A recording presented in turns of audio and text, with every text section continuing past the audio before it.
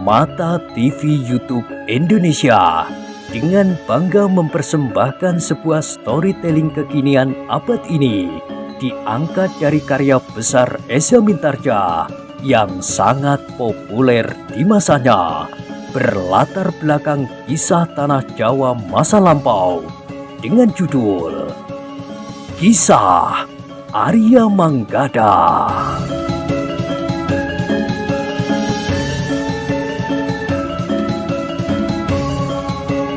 Pada kesempatan yang sangat baik ini, kita masuk pada episode yang ke-6. Selamat menikmati.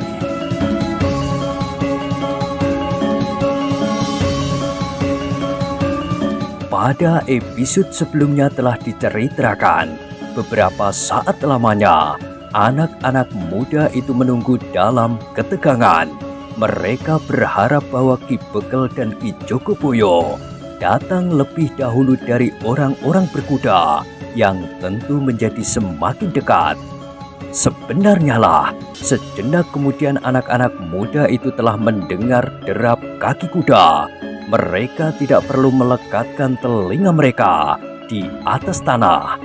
Tanpa ilmu apapun juga, mereka pun kemudian dapat menduga bahwa yang datang tentu lebih dari seekor kuda. Ki Bekel dan Ki Jogoboyo belum datang, berkata anak muda yang memimpin kawan-kawannya yang bertugas di gerbang itu. Kau yang mengambil sikap sekarang, bukankah kau pemimpin di sini saat ini? Bertanya Manggada. Tetapi aku tidak tahu apa yang harus kita lakukan, jawab anak muda itu.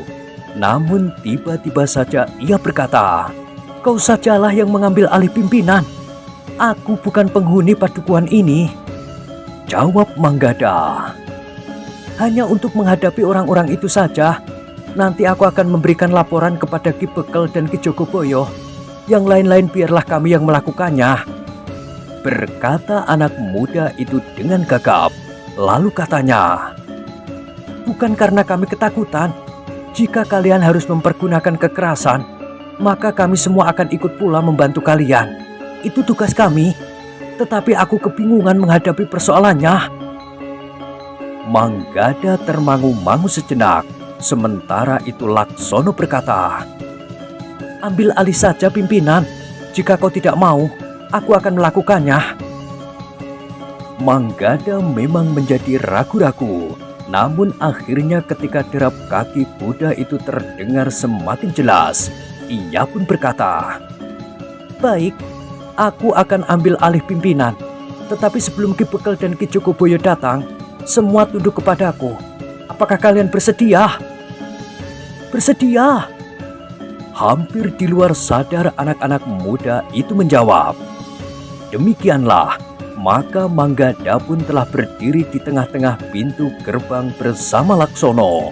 Beberapa orang anak muda telah diminta untuk membawa obor dan berdiri di sebelah menyebelah. Sementara itu, pintu gerbang padukuhan itu masih terbuka sepenuhnya. Sementara itu, beberapa ekor kuda memang berlari kencang menuju ke padukuhan itu.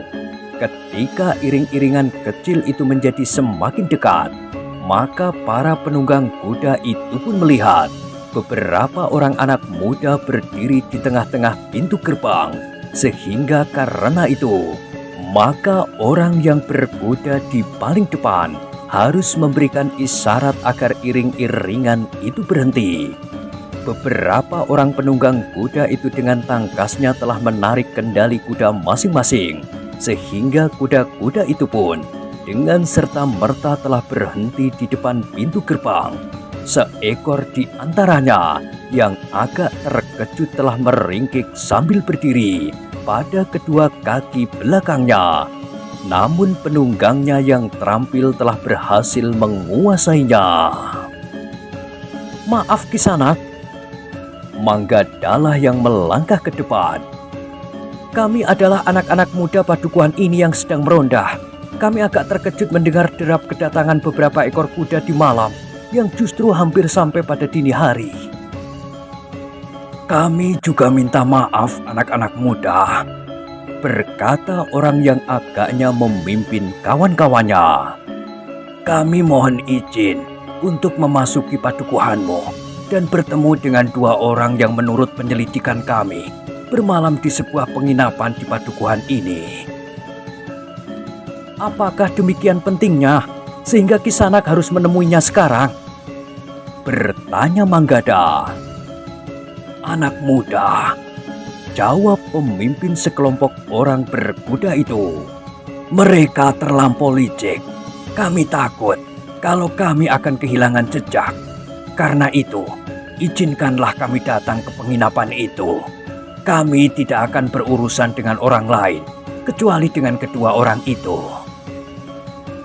Kisanak, berkata Manggada, di padukuhan ini terdapat tatanan dan paugeran. Karena itu, maka kami berharap Kisanak mempertimbangkannya. Kisanak tidak akan dapat berbuat sesuatu tanpa memperhatikan paugeran itu. Apakah yang harus aku lakukan? Bertanya orang itu. Bertemu dan berbicara dengan Ki Bekel, jawab Manggada. Baiklah, kami tidak berkeberatan. Tetapi beri kesempatan kami untuk meyakinkan diri bahwa orang itu tidak akan lari. Kami akan berada di penginapan itu. Kemudian kami akan berbicara dengan Ki Bekel. Kami berjanji bahwa kami akan bertindak setelah kami berbicara dengan Ki Bekel atau orang yang ditugaskannya. Jawab pemimpin kelompok itu. Manggada mengerutkan keningnya. Menurut pertimbangan nalarnya, orang itu tentu bukan sekelompok penjahat. Mereka nampaknya mengenal tertib dan unggah-ungguh. Wajah-wajah mereka pun tidak nampak garang dan bengis. Bahkan sikap mereka memang menjauhkan mereka dari dugaan bahwa mereka adalah perampok-perampok. Namun dalam pada itu, Manggada berkata, Kisanak, kami telah mengundang Ki Bekel dan Ki Jogoboyo. Demikian kami mendengar derap kaki kuda kalian. Karena itu, kami mohon kalian menunggu barang sebentar. Tetapi, apakah anak muda berani menanggung bahwa kedua orang itu tidak akan lari? Bertanya orang itu. Bukan kewajiban kami untuk menahan mereka agar tidak melarikan diri. Jawab Manggada. Anak muda, berkata pemimpin dari orang-orang berkuda itu. Kami mohon kesediaan anak-anak muda untuk menolong kami, memberi kesempatan kepada kami untuk menemui kedua orang itu dengan syarat apapun juga yang harus kami penuhi. Kami mohon Kisanak menunggu Ki Bekel, berkata Manggada. Pemimpin dari orang-orang berkuda itu menarik nafas dalam-dalam. Seorang yang lain mendekatinya sambil berdesis. Jika mereka keberatan, apa boleh buat? Tetapi pemimpin mereka menggeleng. Katanya, mereka masih terlalu kanak-kanak. Kita tidak dapat berbenturan kekerasan melawan anak-anak. Jadi apa yang harus kita lakukan? Bertanya kawannya. Menunggu Ki Bekel yang menurut keterangan mereka sudah dijemput. Jawab pemimpin kelompok itu. Pembicaraan itu yang meskipun tidak dapat didengar sepenuhnya oleh Manggada dan Laksono, namun mereka dapat mengambil kesimpulan bahwa orang-orang berkuda itu bukan orang-orang kasar, terutama pemimpinnya. Karena itu, maka telah timbul keinginan di hati Manggada untuk mengetahui persoalan apakah yang sebenarnya dihadapi oleh orang-orang berkuda itu. Karena itu, maka Manggada pun bertanya, Kisanak, kepentingan apakah yang telah mendorong Kisanak untuk dengan segera menemui kedua orang itu?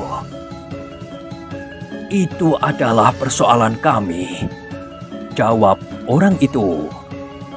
Benar, berkata Manggada. Tetapi persoalan yang kalian hadapi akan dapat menjadi pertimbangan kami. apakah kami akan membiarkan kalian langsung bertemu dengan kedua orang itu atau tidak? Jika kalian akan merampok mereka berdua, apalagi hal itu kalian lakukan di padukuhan kami, maka kami tentu tidak akan membiarkannya. Bagaimanapun juga, ketenangan dari padukuhan ini menjadi tanggung jawab kami.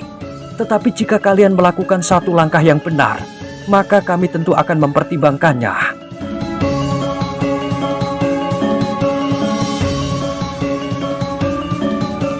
Pemimpin kelompok itu menarik nafas dalam-dalam. Dipandanginya Manggada dan Laksono yang berdiri di sebelahnya berganti-ganti. Lalu katanya, "Kalian masih sangat muda, tetapi ternyata kalian memiliki pandangan yang cukup jauh.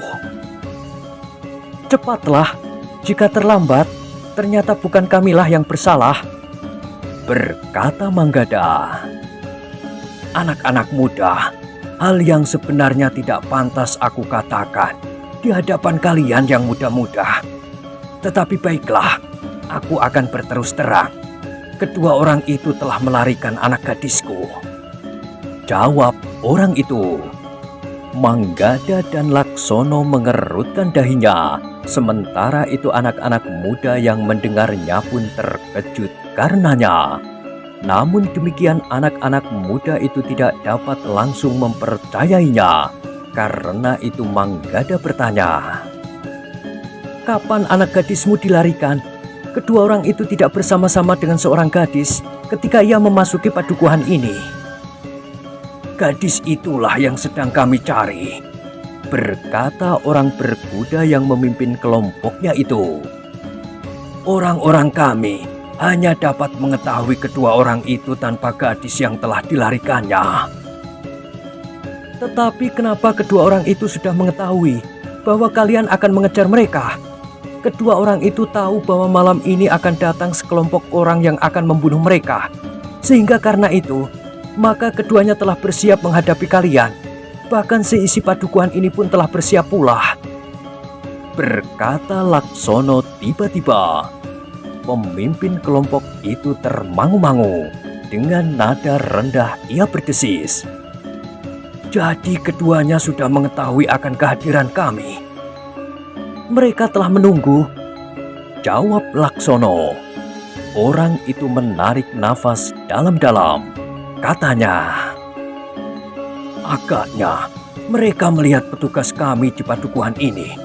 Sementara itu, mereka merasa tidak dapat lari lagi dari kejaran kami, atau bahkan menganggap bahwa padukuhan ini sudah kami kepung.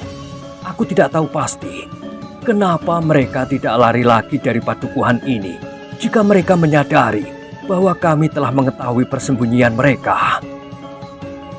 Manggada dan Laksono mengangguk-angguk. Agaknya kedua anak muda itu dapat mempercayai keterangan dari pemimpin kelompok itu. Namun karena ia sebenarnya bukan anak muda dari padukuhan itu, maka ia tidak dapat mengambil keputusan yang mutlak. Karena itu, maka Manggada pun telah mendekati anak muda yang memimpin perondaan malam itu dan bertanya, "Bagaimana menurut pendapatmu?" "Terserah kepadamu," katanya. Manggada dan Laksono hanya saling berpandangan saja. Sementara itu, beberapa orang telah berdesis, "Itu, Ki Bekel dan Ki Jogoboyo telah datang." Sebenarnya lah, iring-iringan yang semakin panjang itu menjadi semakin dekat pula dengan pintu gerbang padukuhan. Sementara sekelompok orang-orang berkuda itu telah berloncatan turun. Orang-orang yang ada di regol padukuhan itu pun menjadi tegang. Ki Bekel dan Ki Jogoboyo ternyata telah diikuti oleh anak-anak muda padukuhan itu. Mereka yang melihat iring-iringan itu telah ikut pula bergabung, sehingga iring-iringan itu menjadi panjang, kecuali beberapa orang yang bertugas di gardu-gardu. Demikianlah, maka sejenak kemudian Ki Bekel, Ki Jogoboyo dan beberapa orang telah menyibak anak-anak muda di gerbang padukuhan itu. Mereka telah maju. untuk beberapa langkah menemui orang-orang berkuda yang telah mendatangi padukuhan mereka. Ternyata bersama mereka adalah dua orang yang merasa dirinya terancam oleh orang-orang yang menurut mereka akan membunuh itu. "Siapakah kalian?" bertanya Ki Bekel yang berdiri di paling depan. "Apakah aku berhadapan dengan Ki Bekel padukuhan ini?" bertanya orang yang menjadi pimpinan kelompok itu. "Iya, aku adalah Bekel dari padukuhan ini," jawab Ki Bekel. "Adalah kebetulan sekali Ki Bekel. Sebenarnya aku memang ingin menghadap Ki Bekel," berkata pemimpin sekelompok kecil orang-orang berkuda itu. "Aku memang mempunyai kepentingan dengan Ki Bekel." "Kepentingan apa?" bertanya Ki Bekel. "Aku mohon diperkenankan untuk mengambil dua orang yang malam ini bermalam di padukuhan ini," berkata pemimpin dari orang-orang berkuda itu. Ki Bekel mengangguk-angguk. Katanya, "Jadi benar bahwa kalian adalah sekelompok orang yang akan menimbulkan kekacauan di padukuhan ini?"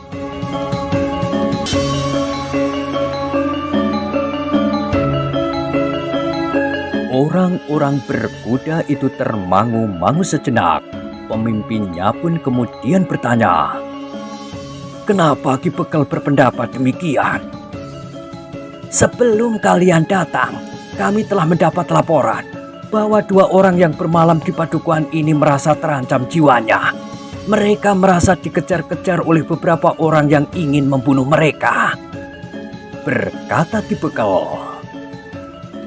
"Kami sama sekali tidak ingin membunuh mereka, Ki Bekel. Kami hanya ingin menangkap mereka karena mereka telah melakukan kesalahan terhadap kami," berkata orang-orang berkuda itu.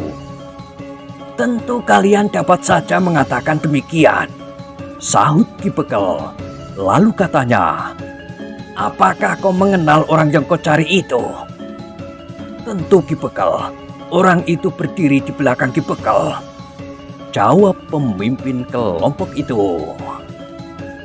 "Ternyata kau telah memutarbalikkan kenyataan. Katakan, seandainya kau akan menangkapnya, apakah kesalahan mereka terhadap kalian?" bertanya Ki Bekel. "Anak-anak muda itu tadi telah bertanya demikian pula, dan aku telah memberikan jawabanku. Orang-orang itu telah melarikan anak gadisku," jawab pemimpin dari orang-orang berkuda itu. "Karena itu, maka aku mohon Ki Bekel untuk menangkap orang-orang itu." "Omong kosong!" teriak orang yang berdiri di belakang Ki Bekel. "Kau jangan memfitnah orang dengan cara sekasar itu. Kau dapat mengarang 1000 macam fitnah, tetapi yang kau ucapkan itu terlalu keji dan tidak masuk akal." Orang-orang berkuda itu mengerutkan keningnya. Pemimpin mereka pun berkata, "Ki Bekel, sudah tentu ia akan dapat mengelak. Tetapi ada saksi yang cukup banyak yang dapat menetapkan kesalahannya. Karena itu, biarlah aku membawanya kembali. Biarlah ia berhadapan dengan para saksi yang akan dapat menudingnya bahwa ia telah melarikan anak gadisku itu." "Kau jangan asal mengucapkan fitnah itu," berkata orang itu. "Di sini, aku berada di bawah perlindungan paugeran yang adil. Jika kau dapat membuktikan kesalahanku di hadapan Ki Bekel, maka kau akan dapat menangkap aku." Pemimpin dari orang-orang berkuda itu termangu-mangu. Katanya, "Yang menentukan apakah kau bersalah atau tidak bukan Ki Bekel di sini, tetapi Ki Bekel dan Ki Demang di tempat kami. Tetapi agaknya memang ada kesengajaanmu menentang paugeran yang berlaku. Kau memang pandai menyusun kata-kata sehingga meyakinkan orang lain dan seakan-akan telah mensahkan fitnahmu itu," jawab orang yang minta perlindungan kepada Ki Bekel. "Kau akan dapat mempermainkan orang lain, tetapi tidak dengan Ki Bekel di sini. Apapun yang kau katakan, tetapi akhirnya kebenaran akan menang, berkata pemimpin dari sekelompok orang berkuda itu. Namun tiba-tiba Ki Bekel berkata, "Pergilah Kisanak, jangan ganggu ketenangan di padukuhan kami. Kami akan melindungi orang-orang yang memang memerlukan perlindungan di padukuhan kami, apapun yang mereka lakukan. Tetapi kalian tidak akan dapat menangkapnya di daerah kuasaku. Aku tidak mau kehilangan kepercayaan bagi orang-orang yang menginap di padukuhan ini. Seolah-olah di padukuhan ini tidak ada paugeran yang berlaku, sehingga kekerasan dapat berlaku atas siapa saja." Tetapi kedua orang itu telah bersalah, Ki Bekel. Yakinlah, selagi belum terlambat, aku harus mendapatkan anak gadisku itu kembali. Aku yakin kedua orang itu merupakan alat dari sekelompok orang-orang yang telah memperdagangkan gadis-gadis tanpa belas kasihan. Jika kami berhasil menangkapnya, maka kami kira kami akan membuka satu jaringan kejahatan yang mungkin akan mencekam padukuhan itu pula. Ketika ia melakukan kesalahan yang sama beberapa tahun yang lalu, kami mengira bahwa yang dilakukan itu didorong oleh perasaan cintanya yang tidak dapat dikendalikan. Sementara orang tuanya tidak menyetujuinya. Karena itu, ketika gadis yang diambilnya telah kembali, maka persoalannya dianggap sudah selesai. Tetapi ketika ia melakukannya sekali lagi atas anak gadisku, maka kami telah mengadakan penyelidikan sambil mengikuti jejak kepergiannya. Ternyata bahwa ia memang alat dari sekelompok pedagang gadis-gadis muda yang jahat. Ternyata bahwa kedua orang itu telah diduga melakukan penculikan pula di beberapa padukuhan yang lain. Karena itu Ki Bekel, sebelum besok kedua orang itu pergi sambil membawa gadis dari padukuhan ini, maka serahkan orang itu kepada kami. Minta pimpinan dari sekelompok orang-orang berkuda itu. Fitnah yang keji, sampai hati kau memfitnah kami dengan cara seperti itu. Geram orang yang berdiri di belakang Ki Bekel itu. Aku tidak menyangka bahwa dari mulutmu dapat keluar fitnah yang demikian kasarnya tanpa malu-malu. Jangan mengelak lagi, berkata pemimpin dari orang-orang berkuda itu. Kau telah melakukan kesalahan yang gawat. Menculik gadis-gadis adalah pekerjaan yang terkutuk. Apalagi kau lakukan atas gadis tetanggamu sendiri. Alasanmu tidak meyakinkan, berkata Ki Bekel. Karena itu, maka aku tidak akan dapat menyerahkan orang ini. Ki Bekel, berkata orang berkuda itu. Sayang sekali bahwa Ki Bekel tidak melihat pancaran sorot mata mereka. Pergilah Kisanak, jangan ganggu padukuhanku, berkata Ki Bekel. Tidak Ki Bekel, aku harus menemukan anak gadisku kembali. Bagiku anakku sama berharganya dengan nyawaku. Selagi nyawaku masih berada di dalam tubuhku, aku akan mencarinya dengan cara apapun juga, berkata orang itu. Tetapi ini adalah daerah kuasaku, berkata Ki Bekel. Ki Bekel, berkata orang itu. Di hadapanku telah berdiri orang yang aku cari. Karena itu, aku tidak akan melepaskannya. Aku akan menangkapnya dan membawanya menghadap Ki Demang untuk mendapatkan pengadilan. Kau lihat, di sini anak muda sudah pada siap. Kami para bebahu padukuhan ini pun telah berada di sini, termasuk Ki Jogoboyo. Nah, kau mau apa? Bertanya Ki Bekel. Sayang sekali bahwa Ki Bekel telah terpengaruh oleh mulutnya yang berbisa, tetapi aku harus mendapatkannya, geram orang itu. Ki Bekel pun menjadi marah. Dengan lantang ia berkata kepada Ki Jogoboyo, Ki Jogoboyo, usir mereka. Jika perlu dengan kekerasan, Ki Jogoboyo dapat mempergunakan anak-anak muda yang telah bersiap di sini, atau memukul kentongan untuk memanggil anak-anak muda yang lain yang belum ada di sini untuk mengusir mereka. Jika mereka benar-benar keras kepala, maka jika terjadi sesuatu bukan salah kita.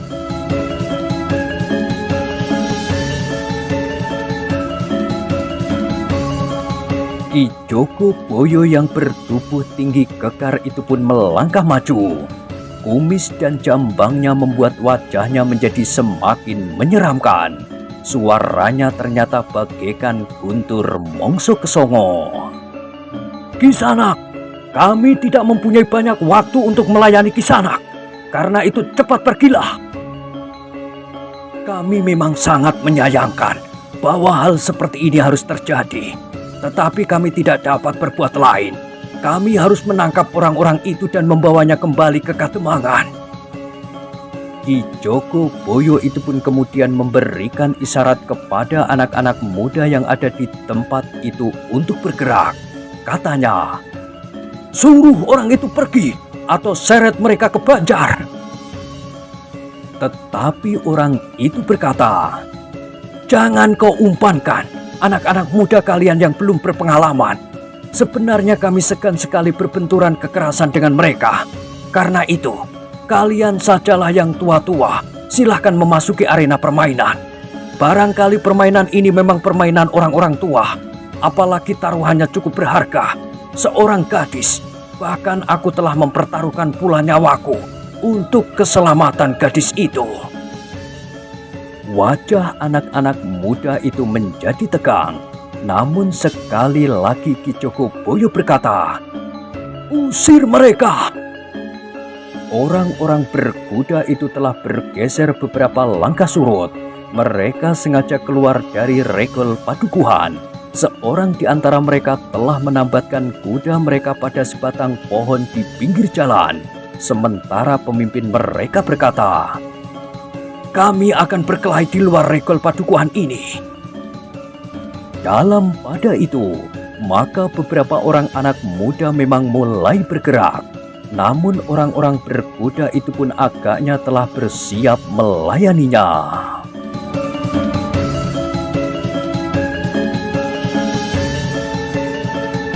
"Jangan menyesal jika terjadi sesuatu atas kalian," berkata pemimpin dari orang-orang berkuda itu yang nampaknya yakin akan dirinya.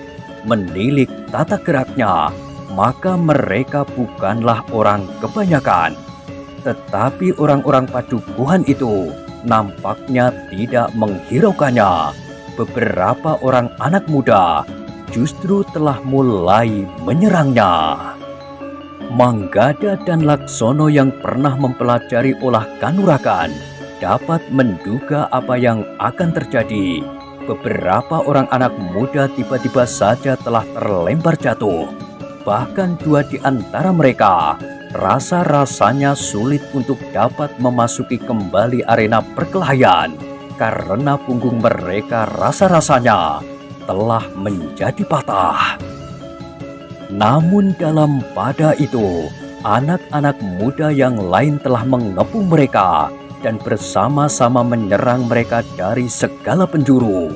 Mereka memang tidak mengerti bahaya yang akan dapat terjadi atas diri mereka oleh beberapa orang berkuda itu. Tetapi beberapa saat kemudian, beberapa orang anak muda telah terbanting jatuh keluar dari arena, bahkan hampir saja terinjak oleh kawan-kawan mereka sendiri.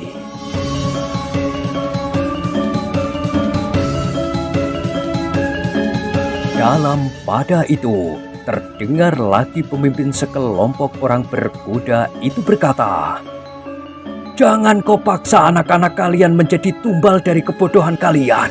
Marilah, siapakah di antara kalian yang memang tanggon dan mampu menghadapi kami dalam pertempuran yang seimbang?"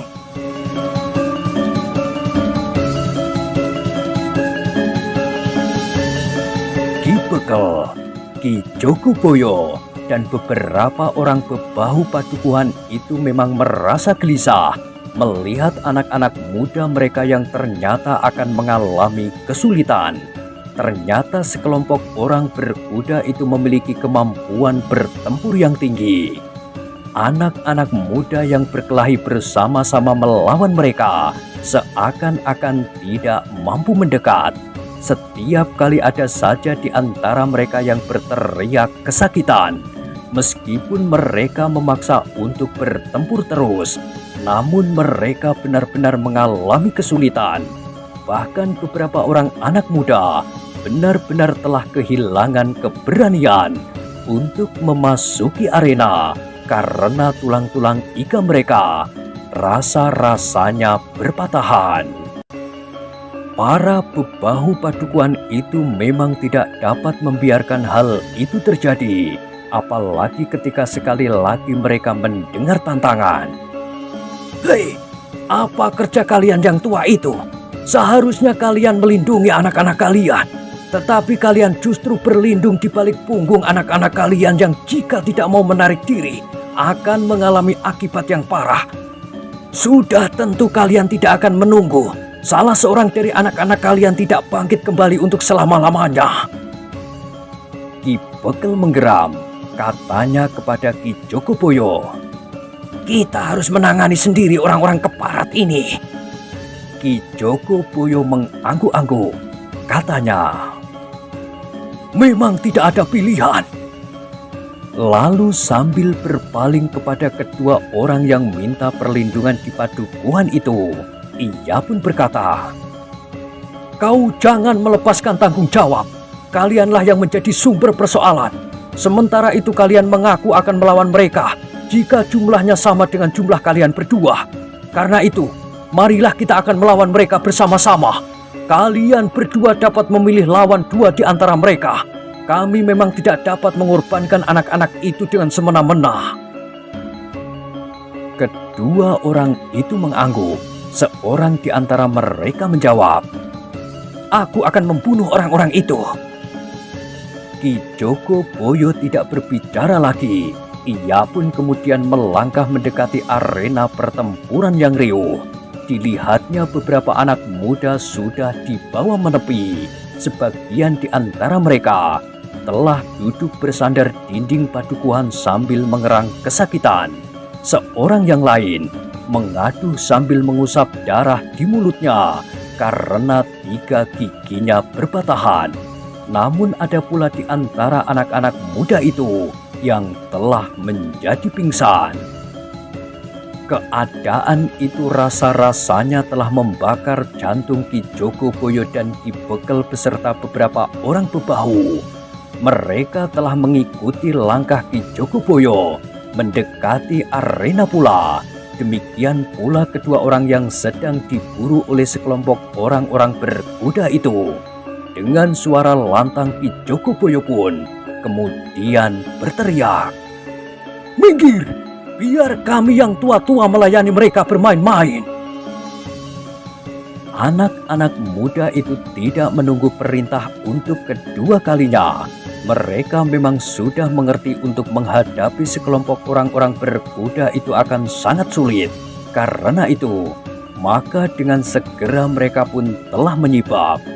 Orang-orang berkuda itu pun kemudian telah bersiap-siap pula menghadapi segala kemungkinan. Nampaknya mereka tidak lagi harus sekedar bermain-main.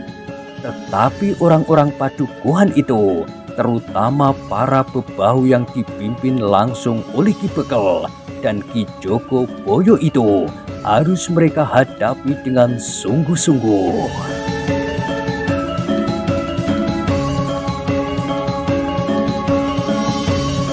Jangan menyesal jika kalian tidak dapat pergi dari gerbang padukuhan kami. Bukan salah kami, tetapi kalianlah yang telah datang kepada kami, geram Ki Bekel. Sebenarnya kami tidak bermusuhan dengan kalian, berkata orang-orang itu. Tetapi kalian telah melindungi orang yang bersalah, sehingga karena itu maka kami harus mempergunakan kekerasan. Persetan, geram Ki Jogoboyo. Masih ada kesempatan bagimu untuk menyingkir. Tetapi orang-orang berkuda itu tidak beranjak dari tempatnya. Sejenak kemudian maka para bebahu dan orang-orang lain yang ada di gerbang itu telah mengepung orang-orang berkuda itu dalam jumlah yang berlipat. Mereka telah siap untuk bertempur. Ki Bekel, Ki Jogoboyo dan kedua orang yang dicari oleh orang-orang berkuda itu melangkah semakin dekat. Dengan geram Ki Bekel berkata, "Marilah, kita akan membuktikan siapakah yang akan menyesal dalam permainan ini." Orang-orang berkuda itu tidak menjawab. Sementara itu, maka Ki Bekel dan orang-orangnya pun telah berloncatan menyerang. Memang berbeda dengan anak-anak muda yang darahnya masih terlalu panas. Tanpa bekal apapun mereka mencoba untuk bertempur melawan orang-orang yang berilmu kanuragan. Dengan demikian, maka mereka bagaikan telah membenturkan dirinya pada dinding batu yang keras. Tetapi orang-orang yang kemudian bersama-sama Ki Bekel menyerang orang-orang berkuda itu bobotnya memang berbeda. Mereka pada umumnya juga mengenal ilmu kanuragan. Apalagi Ki Jogoboyo, Ki Bekel sendiri dan kedua orang yang sedang diburu itu. Mereka merupakan orang-orang yang berbahaya bagi orang-orang berkuda itu. Ki Jogoboyo yang bertubuh tinggi besar itu memiliki kekuatan melampaui orang kebanyakan.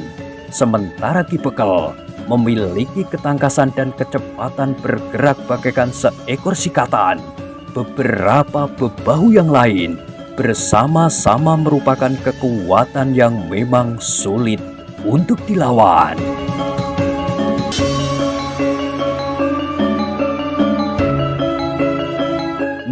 Nah, bagaimanakah kisah selanjutnya? Silahkan ikuti terus kisah Arya Manggada pada episode berikutnya. Sampai jumpa.